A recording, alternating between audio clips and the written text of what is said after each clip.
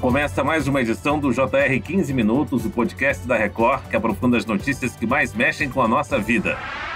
Cíntia deixa mais de R$4.000 na farmácia todo mês. Com vários problemas de saúde, ela não pode ficar nem um dia sem os remédios. Eu uso 37 comprimidos, tipos de remédios por dia.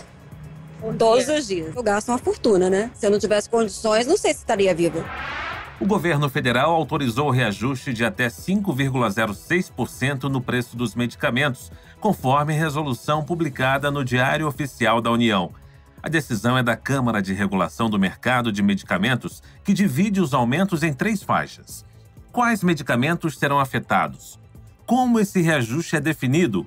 O que pode ser feito para garantir o acesso aos remédios essenciais? Para responder essas e outras perguntas, vamos receber Lucas Andrietta, economista e coordenador do Programa de Saúde do Instituto de Defesa de Consumidores, o IDEC. Olá, doutor, seja bem-vindo. Olá a todos, muito obrigado pelo convite. E quem nos acompanha nessa edição é a repórter da Record em Brasília, Vanessa Lima. Vanessa, esse reajuste vai ser aplicado em 3 faixas, é isso? Oi, Fara. Isso mesmo. O reajuste segue a resolução da Câmara de Regulação do Mercado de Medicamentos e será aplicado em 3 faixas, variando conforme cada categoria. Doutor Lucas, essa regra determina os limites de aumento para diferentes grupos de medicamentos e a base para o cálculo é a inflação medida pelo IPCA? É isso mesmo, Vanessa. Nós temos uma regulação no Brasil que é chamada regulação pelo teto de preços, né? Então, esse percentual que vocês comentaram, de 5%, ele, na verdade, afeta o preço máximo pelo qual o medicamento pode ser vendido no Brasil. O problema aqui é que esse preço máximo ele não tem um efeito prático relevante na vida do consumidor, né? Como ele é muito acima do preço praticado no mercado, que já é caro e pesa no orçamento das famílias, essa regulação feita pela Câmara, que é a CMED, né, ela acaba não tendo uma eficácia muito grande para diminuir os preços pagos nas farmácias. Doutor Lucas, por que o reajuste dos medicamentos segue essas 3 faixas? Há algum critério específico para classificar os remédios nesses níveis? Sim, existem muitos critérios, né? Os critérios, eles são, a maioria deles técnicos, dependendo da classe do medicamento e dependendo de condições também do mercado, né? Vale dizer que o mercado de medicamentos, ele é bastante complexo, né? Nós temos desde medicamentos muito simples, que podem ser comprados sem receita, até classes mais sofisticadas de produtos, inclusive, né, que também é regulado pela CMED, o preço que o governo paga por medicamentos, né? Então, a regulação, ela precisa de normas bastante cuidadosas, né? Ela precisa ser sempre aperfeiçoada, porque ela envolve tipos de produtos muito diferentes, né? Afetando consumidores desde o balcão da farmácia até as despesas públicas mesmo que o SUS realiza ao comprar e oferecer medicamentos para a população. É por isso que nós temos vários critérios para classificá-los. O reajuste anual é baseado na inflação e nos custos do setor. Mas existe um limite para evitar que os aumentos fiquem desproporcionais ao poder de compra da população, Lucas? Esse é um dos problemas, né? O IDEC defende que a regulação atual, embora ela seja inspirada, né, em parâmetros internacionais para impedir que os preços de medicamentos subam muito, no Brasil essa regulação ela não funciona bem, né? Uma das evidências disso é que no Brasil, né, nós brasileiros pagamos muito caro por medicamentos.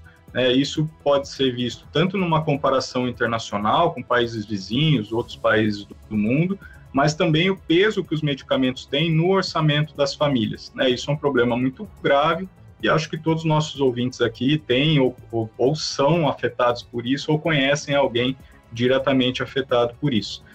E o problema principal é que esse teto do preço de medicamentos ele está muito distante do preço que é praticado no mercado. A CMED deveria rever as regras de regulação de forma que esse teto impedisse, de fato, que o preço subisse muito, né? Então, como existe essa distância muito grande e a legislação ela não é eficaz, num momento como esse percentual de 5%, ele não se verifica na prática. Ele pode ser, inclusive, maior ou menor do que os 5%, porque o preço dos medicamentos ele oscila numa faixa muito diferente daquela regulada pela CMED. Doutor Lucas, se os preços então não aumentam automaticamente, por que alguns medicamentos sobem mais do que os outros dentro desse limite permitido e como o consumidor pode acompanhar essas variações? Essa pergunta ela é muito interessante, Vanessa, porque ela é baseada numa confusão que as farmácias reforçam na sua própria publicidade, né? É importantíssimo ressaltar que não é o governo que diz que os medicamentos têm que aumentar, né? Pelo contrário, o governo tem que dizer qual é o preço máximo que os medicamentos têm que ter no balcão da farmácia. Então, nenhuma farmácia é obrigada a reajustar os preços nesse momento, né? Geralmente, o reajuste anual dos tetos chega no final de março, né? Essa época que nós estamos discutindo.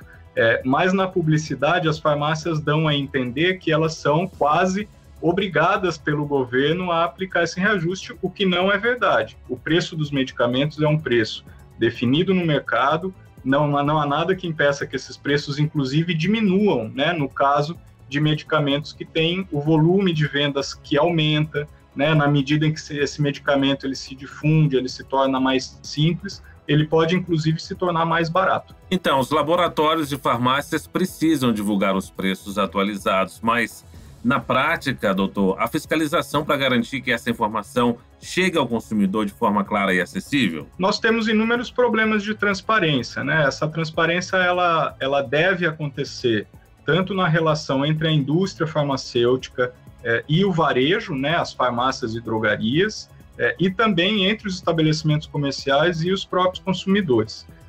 A situação que nós temos hoje no Brasil, como a CMED permite, né, que o preço dos medicamentos oscile muito, faz com que, né, isso possa gerar, inclusive, alguma insegurança por parte dos consumidores, porque os preços podem variar muito, né, dependendo da farmácia e dependendo, inclusive, de outras estratégias agressivas que as farmácias se utilizam, por exemplo, para capturar dados pessoais, né? Quem de nós aqui nunca foi à farmácia e um medicamento que custa, por exemplo, R$100, ele passa a custar metade do preço apenas pelo fato de você ter fornecido o seu CPF, mesmo contra a sua vontade, né? Então, esse tipo de variação, ele acontece, né? E ele acontece exatamente porque a regulação atual ela não é eficaz em estabelecer um teto para o preço dos medicamentos e impedir, né, que eles pesem tanto no nosso orçamento. Agora, doutor Lucas, se um remédio essencial para um tratamento sofrer um reajuste alto, o que o consumidor pode fazer?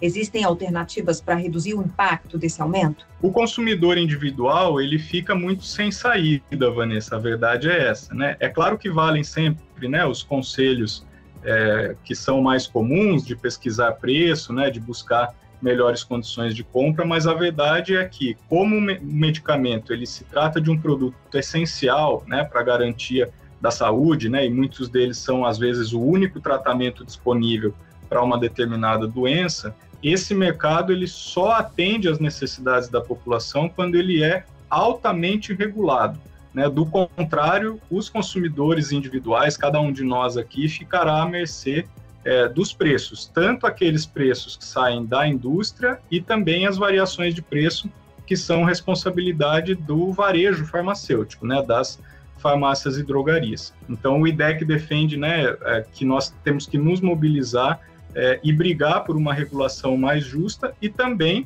né, que parte importante dos medicamentos seja oferecido pelo sistema público de saúde, né? Hoje no Brasil a gente tem uma situação muito curiosa, né, e ruim para a saúde, que é que quase a maioria, né, quase a totalidade dos medicamentos consumidos é comprado em farmácias, o que não é a realidade de países que têm sistemas universais e públicos de saúde. Doutor Lucas, as farmácias e drogarias são obrigadas a disponibilizar listas de preços e revistas especializadas, mas o consumidor realmente consegue acessar esses materiais com facilidade? É possível acessar. A própria CMED, né, embora isso não seja, claro, tão de fácil acesso para as pessoas que não têm familiaridade com o site, mas a lista de preços da CMED ela é disponível publicamente. O que acontece é que os preços variam muito abaixo daqueles tetos que são divulgados, né? Então, o aumento que vai ser sentido no bolso pelo consumidor não é afetado tanto, né, pela regulação da CMED. Essa é uma das nossas brigas, né? A ideia de que esses tetos eles precisam refletir melhor a realidade do mercado para, de fato, funcionar como uma forma de impedir que os preços aumentem, né? Mas sim, nós temos essa informação está disponível para cada medicamento, para todos os estados do país, né, considerando inclusive variações tributárias entre eles. Agora, doutor, além do reajuste anual, outros fatores podem impactar os preços dos medicamentos, como impostos e concorrências. Como é que esses elementos influenciam o valor final pago pelo consumidor? Eles influenciam bastante, né? Nós podemos ter variações de preço dependendo dos estabelecimentos comerciais, né? Dependendo, às vezes, da região da cidade onde você está, dependendo do estado do país em que nós estamos, e isso tem a ver, claro, com a concorrência entre farmácias, né? O Brasil passou nos últimos anos por uma concentração muito grande, né? A gente anda pelas cidades e a gente sabe que poucas redes de farmácia concentram o maior volume de vendas nesse mercado, e obviamente que quanto maior concentração, o impacto sobre os preços prejudica, né, os consumidores. Além disso, existem variações tributárias, mas eu diria que esse fator ele não é o principal, né? E nós também não temos como saber exatamente quantos medicamentos poderiam custar para baratear esse acesso para a população, porque existe muito pouca transparência da indústria farmacêutica. Isso também é algo que poderia ser regulado de forma mais eficaz pela CMED, pela Câmara de Regulação. Ou seja, a própria OMS recomenda, e muitos países fazem essa regulação, que é obrigar a indústria farmacêutica a fornecer informações sobre quanto custa para produzir os medicamentos, né? Hoje nós não sabemos isso para a maior parte dos casos. Então, nós não temos como aferir com precisão se os preços eles estão condizentes com os custos ou se a margem de lucro está muito elevada, vamos dizer assim, na maioria dos casos. Com o reajuste, é comum que os consumidores busquem alternativas mais baratas, né, doutor Lucas? Os genéricos e similares são sempre uma opção segura e confiável? Como saber se um medicamento mais barato tem a mesma eficácia? A discussão sobre genéricos no Brasil, ela está muito consolidada já, né? Então, vale dizer que isso está fora do âmbito da regulação de preços propriamente dito, né? Então, todos os medicamentos, inclusive os genéricos, têm preços regulados, né? E devem ter preços regulados.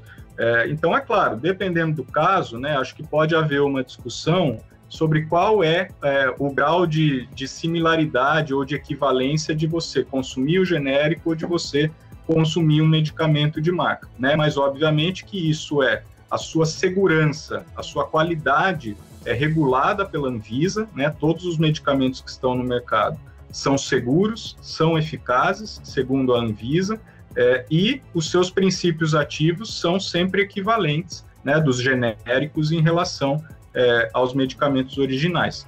Então, isso é algo que é regulado e fiscalizado pela Anvisa, né, no âmbito da segurança, da qualidade e da eficácia. Depois que o medicamento pode ser comercializado e está disponível no mercado, ele tem também o seu preço regulado pela Câmara de Regulação. Agora, doutor, para finalizar, quais as principais dicas para quem quer economizar na compra de remédios, sem, é claro, comprometer o tratamento? Vale a pena pesquisar os preços em diferentes farmácias ou há outras estratégias que a gente pode chamar de mais eficazes? Para, sua pergunta é muito interessante porque eu acho que ela está na raiz da agenda política do IDEC, né? De novo, acho que para os consumidores individuais nós temos muito poucas alternativas. Claro que sempre vale a pena pesquisar preços, sempre vale a pena tentar encontrar condições, né, de comprar os medicamentos mais barato. Por outro lado, é inevitável que a gente pense também na necessidade da gente se mobilizar coletivamente, né, e disputar um sistema de saúde que atende às nossas necessidades, disputar uma regulação de preço de medicamentos que faça com que a gente tenha transparência da indústria, faça com que a gente tenha preços justos na farmácia e faça com que o preço não seja uma barreira de acesso aos tratamentos que as pessoas precisam, né? Então, no nosso entendimento, essa é uma disputa muito mais coletiva e política do que algo que a gente consegue contornar, infelizmente, com estratégias individuais. Muito bem, termina agora a edição 1138 do podcast 15 Minutos. Eu agradeço a participação do economista e coordenador do Programa de Saúde do Instituto de Defesa de Consumidores, o IDEC, Lucas Andrietta. Muito obrigado, Lucas. O IDEC que agradece, é uma satisfação estar aqui. Prazer todo nosso. Eu agradeço também a repórter da Record em Brasília, Vanessa Lima. Obrigado, Vanessa. Obrigada, Fara, pelo convite. Obrigada, Dr. Lucas, aí pelos esclarecimentos. Até uma próxima. Esse podcast contou com a produção de David Bezerra e das estagiárias Amanda Fusita, Isabela Santos e Yasmin Logrado. Sonoplastia de Diego Marcondes. Coordenação de conteúdo, Deni Almeida. Direção editorial, Tiago Contreira. Vice-presidente de jornalismo, Antônio Guerreiro. Você acompanha o JR 15 Minutos no portal r7.com, nas redes sociais do Jornal da Record e, é claro, nas principais plataformas de streaming. Até o próximo episódio.